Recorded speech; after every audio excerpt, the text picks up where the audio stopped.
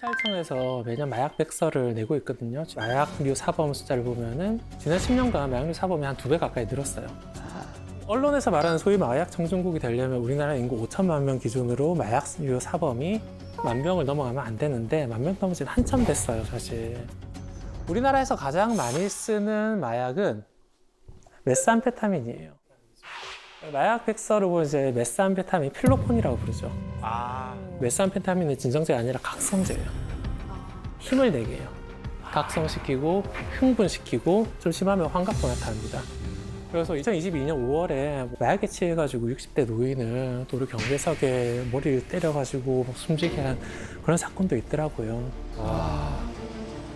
다들 사용 못하게 돼 있습니다만 사용 못한다고 안 하나요?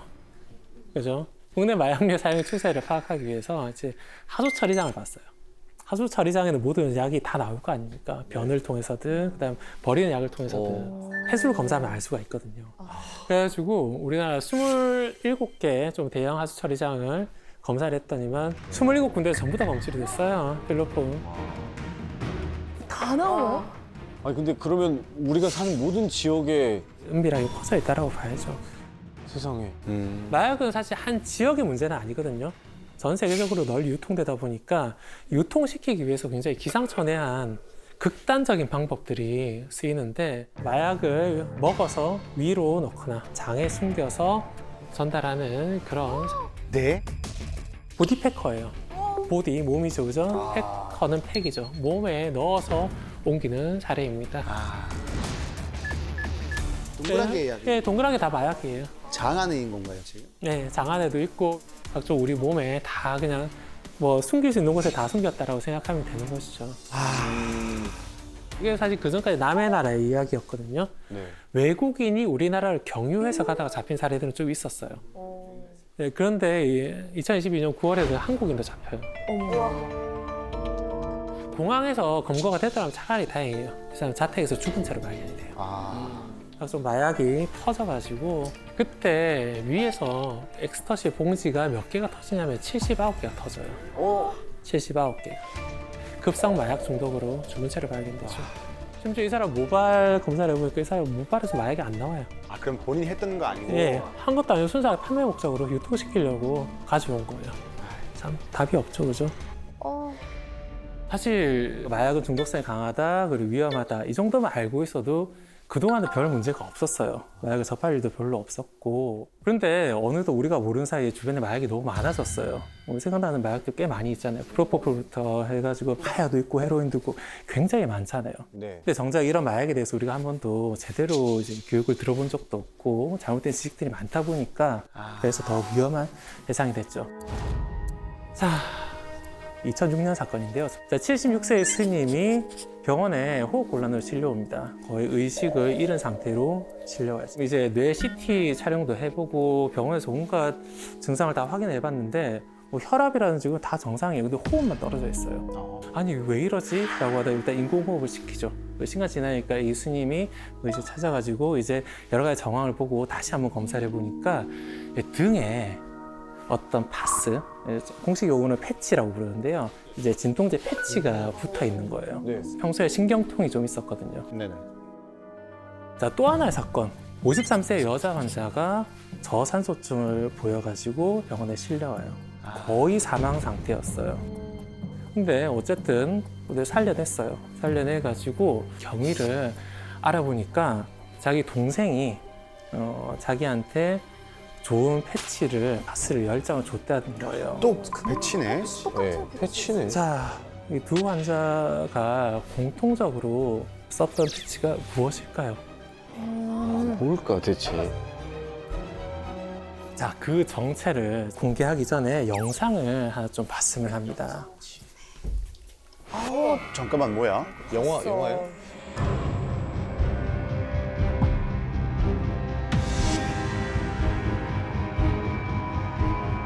잠깐, 이건 좀비 영화 같은데?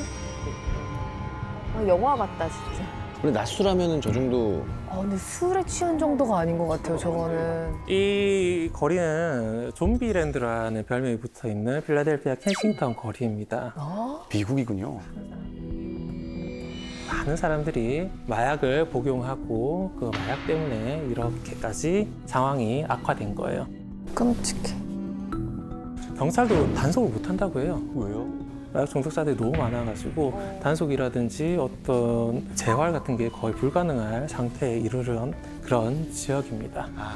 자, 이 거리에서 굉장히 많은 마약들이 유통이 되고 있는데 그 중에서도 가장 문제가 되고 있는 마약이 바로 좀비 마약이라고 이제 별명이 붙어 있는 펜타닐이에요. 아, 펜타닐. 아까 제가 말씀드렸던 그 사례, 병원 스님, 76세 스님, 53세 여자 환자들 전부 다 펜타닐 패치를 붙여서 그렇게 병원에 실려왔습니다. 이 스님이 어떻게 이 패치를 붙였는가를 봤더니만 그런 거예요. 평소에 신경통이 좀 있었거든요. 어깨 쪽에. 그래가지고 되게 힘들어하다가 어느 날 지인이 암 환자예요. 암 환자인 지인이 제가 쓰는 파스가 진짜 좋다. 이거 한번 써보라라고 권해준 거예요. 굉장히 좋은 의도로 권해줬습니다.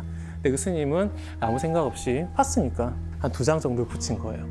그러고서 그 다음날 바로 그냥 병원에 실려왔습니다. 네, 펜타닐 파스. 작아요. 펜타닐 말이 그거 피부로 맞습니다. 네, 피부로 바로 들어간 거죠. 근데 그램 앞에서 있는 게 엄청 작은 마이크로그램이요. 마이크로그램. 굉장히 적은 양, 마이크로그램을 조절합니다. 이 파스 같은 경우에는 붙이면 14시간 정도 있다 효과가 나타나요. 한번 붙이고 나면은 3일간은 효과가 지속이 되고요. 3일 동안. 3일 동안 통증을 못 느끼는 거예요. 얼마나 편해요. 하나 붙이기만 하면 끝이에요, 3일간. 뭐 알약 먹을 필요도 없고 주사기 꽂고 있을 필요도 없고 너무 편한 거죠. 하지만 부작용도 그대로 똑같이 가지고 있죠. 펜타닐은 효과가 몰핀 한 100배 정도 돼요. 100배요? 그럼 부작용도 또 100배. 부작용도 100배예요. 너무 위험하다. 자, 펜타닐은 중독성이 굉장히 강해요. 펜타닐에 중독이 되면은 일단 뭐 구역질도 나타나고 호흡 억제. 그리고 다른 마약들에 비해서 근육 경직도 심해져요. 근육을 제대로 못 움직이는 거예요. 그래서 아까 좀비처럼 이렇게 되는 거예요. 네, 맞습니다. 그래서 좀비처럼 이렇게 제대로 움직이지 못하고 기분은 잠깐 좋아집니다. 잠깐 좋아지지만 시간이 지나면 그것도 내성생돼서 다시 안 좋아져요. 그래서 더 많은 양을 복용해야 되고 그러다 보면 이제 호흡마비가 와가지고 죽을 수도 있죠. 아, 진짜 너무 소름 돋는다. 치사량 이야기를 좀 해볼게요. 타이레놀 1일 권장량이 하루 8알 이상 먹지 말라. 8알까지는 괜찮다고 이야기를 하거든요. 펜타닐은 얼마 정도 될까요? 아까 모르핀의 100배라 그러셨으니까. 타이레놀이 4,000mg. 네. 100배라면 아까 말했던 것처럼 400g? 40? 40? 아니야, 근데 그거면은 선생님 문제 안 냈겠죠? 맞아. 아, 100에서 저는 타협 보겠습니다. 100mg 한번 수줍게. 예, 너무 그냥 막 짚으신 것 같아요. 네. 50ml? 펜타닐 치사량이 2mg이에요. 미리그램? 네, 2mg은 재기도 힘들어요. 이게 어느 정도 양이냐면은 제 아들이 7살이거든요.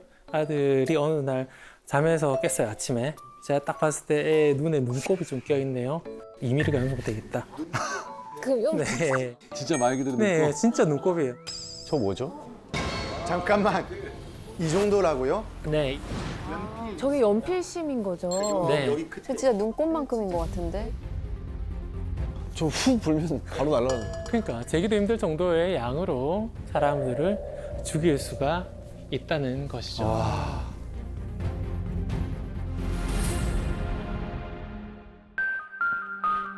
펜타닐 처음 만들었을 때는 주사제로 개발했습니다. 나중에는 이제 주사제 말고 좀 다른 형태도 나와요. 굉장히 미량을 조절할 수 있는 방법이 뭐가 있을까? 편하게 쓸 수 있게끔 어떻게 하면 될까라고 하다가 캔디 형태로도 만들어요. 캔디? 우와. 네, 이게 초기에 나왔던 펜타닐 캔디고요.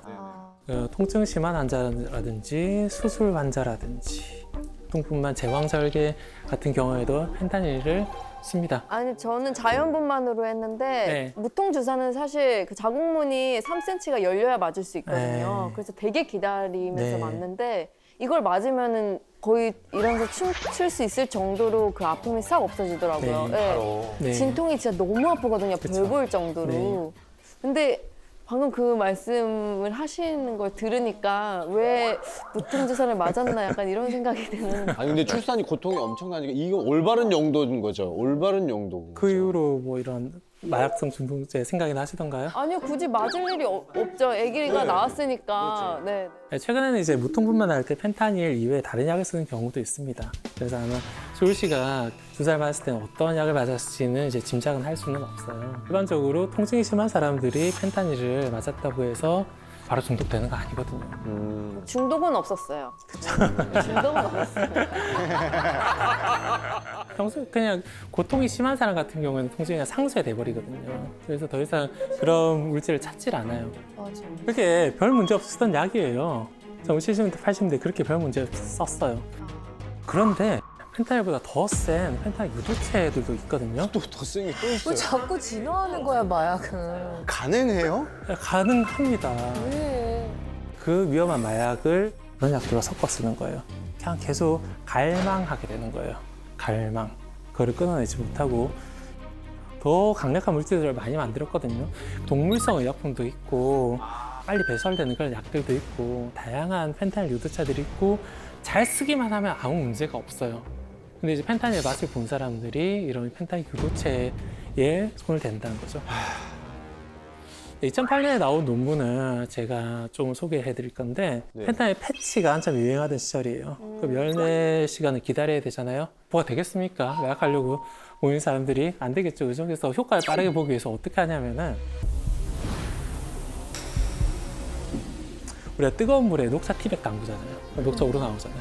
그것처럼 뜨거운 물에 펜타닐 패치를 담그는 거예요. 야, 진짜 우러나라고? 기가 진짜로? 대단하다. 그러니까 왜 이런데 좋은 머리를 쓰는지 모르겠어요 그 진짜. 머리로 다른 데 썼으면 세상이 보여줬을 것 이런데 같은데. 왜 이렇게 머리를 쓰는지 모르겠어. 나중에는 이제 뜨거운 물에 뭘 또 우리냐라고 하면서 더 좋은 방법을 생각하게 됩니다. 어우. 패치를 씹어 먹는 거예요. 파스를. 껌처럼. 네, 파스를 그냥 입에 넣고 그냥 잘근잘근 씹어 먹는 거예요. 그래서 서서히 3일간 방출되라고 넣어둔 펜타닐이에요. 근데 그 양을 한 번에 씹어서 용출시키니까 위험하죠. 보통 이 사람들 죽은 채로 이제 부검을 통해서 나오거든요. 그래서 뭐 입에서 펜타닐 패치 조각이 발견됐다. 근데 그걸 삼켜서 위에서 발견된 경우도 있어요. 그게 그 배속에 잦았던 네, 배 속에서 나왔어요. 그거예요? 이 사람 같은 경우는 42세 사망자인데 논문에 따르면은 자기 형제, 브라더라고 표현이 되어 있어요. 이게 편의상자의 형이라고 이야기를 하겠습니다. 자기 형이 펜타닐 처방을 10매씩 받아오거든요. 이 사망자가 계속 훔쳐 쓴 거예요. 그래서 그 형이 하루는 10매를 받아와가지고 숨겨놨는데 그 중에 3장을 가져가요. 3장 훔쳐가가지고 씹다가 결국 사망한 채로 발견이 되죠. 얼마나 슬플까, 형은. 모르겠어요, 사실 말해서. 슬펐을 것 같긴 한데 1년 뒤에 그 형도 사망한 채로 발견이 돼요. 혈액 검사해 보니까 펜타닐과 코카인이 검출이 됩니다. 시간이 지나다 보니까 사람들이 이렇게 생각하는 거예요. 이렇게 위험하게 패치를 씹을 필요가 뭐 있어? 펜타닐은 가루로도 원래 나왔잖아요, 그죠? 이 펜타닐 알약을 파는 사람들이 등장하는 거예요. 색감이 근데 너무 예쁘게 만든 거 아니야? 그니까요, 사탕같이. 그쵸? 정말 사람 딱 유혹하게끔 레인보우 필이라고도 부릅니다. 아, 이름이 레인보우필? 레인보우 필이라고 부르는데 진짜 문구점에서 파는 그런 알약처럼 만들어놨죠. 그러다 보니까 어느 순간 길거리에 저런 펜타닐 알약을 어떻게 하면 구하러 다닐까가 이제 이슈가 되는 거죠. 근데 구하기도 쉬워요. 구하기도 쉬워가지고 그래서 미국 마약 단속국이 지금 한참 전쟁을 치르고 있는 그런 물질이기도 합니다. 도대체 왜 이렇게 마약에 중독이 될까요? 행복 호르몬이라고 하면은 보통 일반적으로 얘기하는 게 엔돌핀과 도파민이에요. 이 엔돌핀 같은 경우 기본적으로 우리 몸에서 나오는 물질이에요. 어떤 때 나오냐면은 우리가 좀 힘든 상황 있잖아요. 고통을 이겨내야 될 상황. 이때 고통을 이겨내는 보상 체계로서 나오는 경우가 굉장히 많습니다. 단순히 고통을 잊는 것뿐만 아니라 기분도 좀 좋아지게 한다는 거죠. 예를 들어서 마라톤 선수가 마라톤 완주한다고 생각을 해봐요. 그중에 30km 정도 달렸어요. 몸은 진짜 힘든데 갈 길은 멀어요. 자, 그때 이제 러너스 하이 구간이라고 보통 러너 하이라고 많이 들어봤어요. 그럴 때 엔돌핀이 나온다는 거예요. 엔돌핀이 나와서 통증도 있고 약간 기분도 좋아지면서 끝까지 달려나갈 힘을 준다는 것이죠. 자, 근데 마약 중독자 입장에서는 30km 달릴 필요 없이 패치 하나 붙이면 돼요. 얼마나 좋습니까? 그런데 어느 순간 이제 몸도 적응을 하거든요. 갑자기 엔돌핀이 너무 많네. 갑자기 기분이 좋지라고 하면서 몸도 적응해서 조금 신경을 누그러뜨려요. 자, 그렇게 오랜 시간이 지났다가 내가 이제 마약을 끊어야지라고 생각하면서 이걸 안 붙여요. 네. 그럼 굉장히 괴롭겠죠. 그 금단 증상이 나타나는 거예요. 내성 때문에 더 많은 양을 복용할수록 더 구역질이라든지 환청환시 심해지고 나중에는 호흡 중추도 마비될 수 있다는 거죠. 그렇게 죽어가는 게 펜타닐입니다. 또 하나 중요한 이유가 있어요. 단순히 쾌감이 크다고 해서 중독이 되는 건 아니거든요. 아. 심리학자들이 제일 치명적인 유혹은 가장 가까운 유혹이다 이런 얘기 많이 하죠. 접근성 같은 거. 쉽게 구할 수 있는. 네네. 그러니까 술, 담배가 대표적인 거고. 그래서 정말 좋은 것이나 정말 대단한 것에 중독되는 것 같지만 사실은 그건 접근성 떨어졌기 때문에 유럽 여행을 정말 좋아한다고 해서 유럽 여행 자주 갈 수 없어서 그래서 유럽 여행 중독은 본 적 없습니다. 네. 저희는 그렇지 않을까 싶어요. 아주 네. 좋은 지적을 해주셨어요. 지금 미국에서는 마약 구하는 게 피자 시키는 것보다 쉽다 이야기를 해요. 그 정도로 그냥 버튼 몇 번 누르고 통화 한 번 하면 그냥 바로 구할 수 있어요. 그러다 보니까 중독에 빠지기 쉽다는 것이죠. 2011년 조사에 따르면은 펜타닐 이외의 모든 약물을 통틀어서 약물 남용으로 혹은 잘못 써가지고 오남용으로 죽는 사람이 연간 미국에서만 한 10만 명 정도 돼요. 10만 명이라면은 우리나라 공주 정도가 인구 10만 명 정도가 됩니다. 1년에 작은 도시 하나 사라져요. 매년 사라지는 거예요. 매년? 매년. 굉장히 위험한 상황이죠.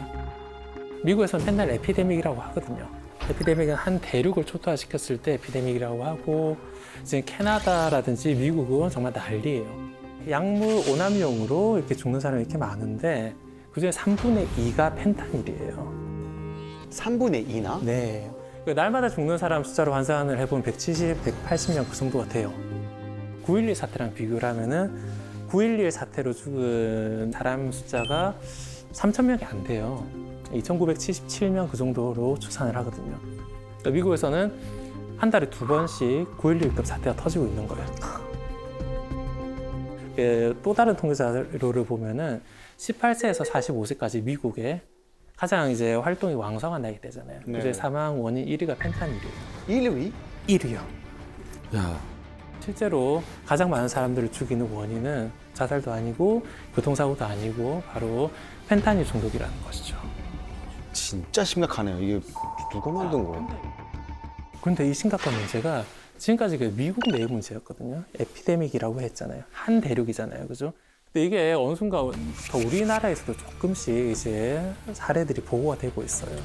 그런데 이 펜타닐과 관련한 문제들이 예전에는 이제 의학 논문에 나왔어요. 케이스 리포트, 사례 보고서라고 하잖아요. 근데 어느 순간부터인가 법원 판례로 나오고 있어요. 법원에서? 네, 법원 판례. 누군가 이제 불법으로 유통하고 그러면서 문제가 되고 있는 것이죠. 그리고 시간 더 지나니까 이제 언론에서 나오네요.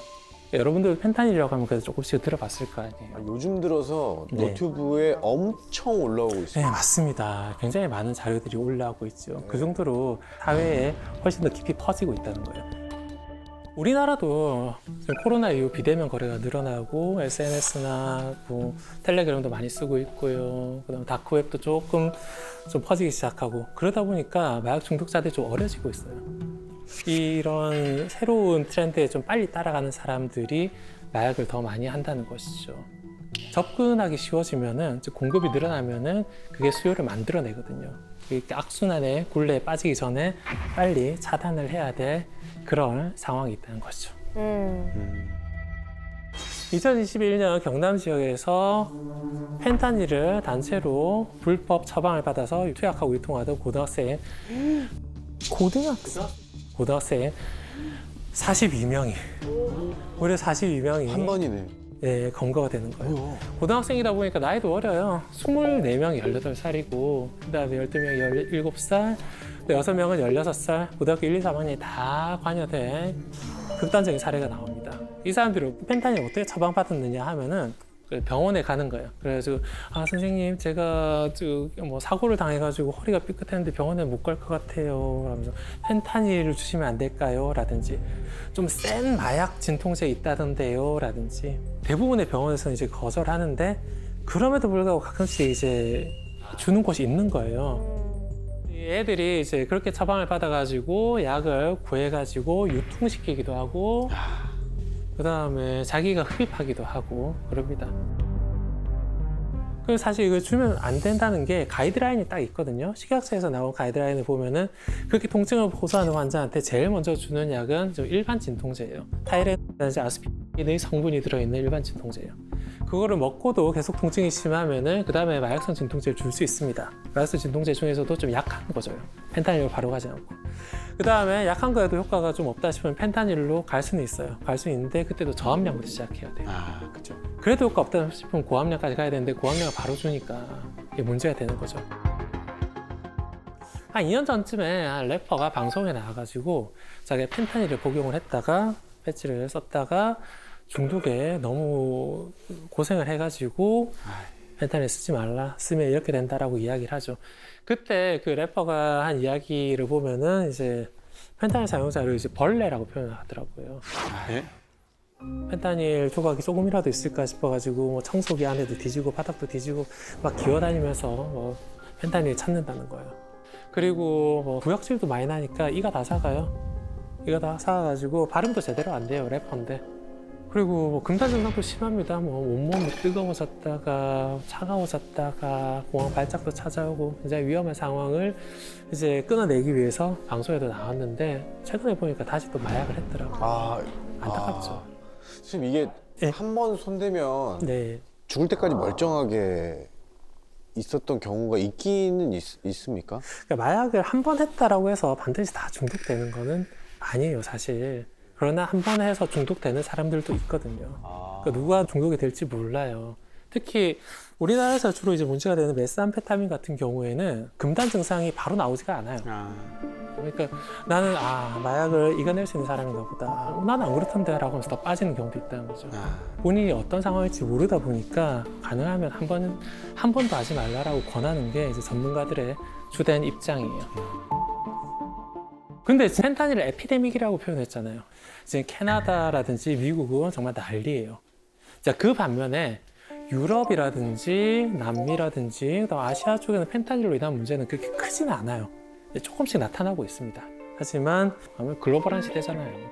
그러다 보니까 우리나라에서도 조금씩 펜타닐이 퍼지고 있고 그러면서 마치 코로나가 에피데믹에서 판데믹으로 가는 그런 상황이 나타날 수가 있다는 것이죠. 그래도 아직 우리나라는 미국으로 치면 2008년 수준이에요. 처방전이잖아요, 어쨌든. 기본적으로 펜타닐을 남용하려고 하는 사람들도 처방전을 어떻게 하면 잘 받아올까라고 하는 그런 관점이에요. 미국처럼 불법 알약을 쓰거나 그러지는 않죠. 그죠? 근데 만약에 우리나라 마약 중독자들이 늘어나가지고 펜타닐을 많이 찾게 되면 어떨까요? 그리고 또 한 가지 가정을 더 해보자면은 지금 미국이냐 중국이냐 서로 막 싸우고 있는데 진짜 중국에서 펜타닐을 만들어서 미국에 유통하는 상태라면은 그리고 우리나라 시장이 커진다면은 불법 알약이 우리나라로 들어올 수도 있어요. 가깝잖아요. 우리나라 인구 5천만이잖아요. 네. 작은 나라가 아니에요. 헐리우드 영화 같은 경우 뭐 대작 영화들 나오면 헐리우드 스타들이 다 내한하잖아요. 왜 그러겠어요? 우리나라 시장이 크기 때문이거든요. 근데 마약 시장이 커졌다고 생각해 보세요. 그러면 중국 입장에서는 크고 가까운 우리나라로 올 수도 있는 것이죠. 불법 마약, 펜타닐 알약이 들어오면은 뭐 숨도 조절도 안 되고 그러다 보니까 더 위험한 상황이고 악순환이 오기 전에 끊어야 된다는 거죠. 역사는 미래의 이정표죠. 우리나라는 그럼 어디쯤 있을까요? 마약과 관련해서. 저는 펜타닐이 더 퍼지느냐 마느냐는 어떤 변곡점, 어떤 갈림길에 있다고 저는 생각을 합니다. 더군다나 우리나라 같은 경우는 대부분 각성제 계열의 필로폰을 많이 쓰는 나라예요. 이 상태에서 펜타닐이라고 하는 강력한 진정제의 끝판왕이 들어온다면 어떻게 될까요? 그 누구도 이걸 어떻게 해독해야 될지, 재활해야 될지, 단속해야 될지 모르는 그런 상황이 초래될 수도 있습니다. 미국 같은 경우는 헤로인과 100년 넘게 싸우면서 굉장한 경험을 쌓았고 강력한 공권력이 있습니다. 그럼에도 불구하고 지금 대륙이 초토화 됐잖아요. 그렇죠? 우리나라는 그러면서 빨리 경각심을 가지고 중독자들을 빨리 재활시킨다든지 혹은 마약이 퍼지는 것을 막는다든지 호기심과 유혹을 좀 줄이면서 우리가 사회를 조금 더 밝게 만들어 나가야 될 그럴 필요가 있습니다.